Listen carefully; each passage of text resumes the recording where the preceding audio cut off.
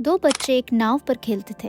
वो नाव एक ऐसी सूखी भूमि पर खड़ी थी जहाँ पर कभी नदी बहा करती थी। कई बार वो बच्चे उस पर चढ़ते और कई बार वो उसे पुश करने की कोशिश करते, लेकिन वो आज तक 1 इंच भी उस बोट को हिला न सके। कुछ समय के बाद बारिश हुई और फिर से नदी बहने लगी, पर इस बार जब बच्चों ने उस नाव को धक्का दिया, इस बार वो अपनी केवल 1 उंगली से उसे पुश कर सकते थे। ठीक इसी तरह हम विश्वासी भी अपनी सिचुएशंस को डील करते हैं। कई बार हमारे ऐसे हालात होते हैं जो हमसे बहुत ज्यादा बड़े होते हैं, जिन्हें हम खुद हैंडल नहीं कर सकते, और हम कोशिश करते हैं, हम एफर्ट्स करते हैं और हम एग्जॉस्ट हो जाते हैं, लेकिन हम उन्हें कंट्रोल नहीं कर सकते। और इन कोशिशों में हम उस चीज को नजरअंदाज कर देते हैं जो सबसे अधिक इम्पोर्टेंट है, महत्वपूर्ण है। वो है परमेश्वर की उपस्थिति में जाना, परमेश्वर की नदी में कूद जाना। उसकी एक इच्छा है कि हम उसकी आत्मा से भर जाए, कि उसका पवित्र आत्मा हमारे अंदर से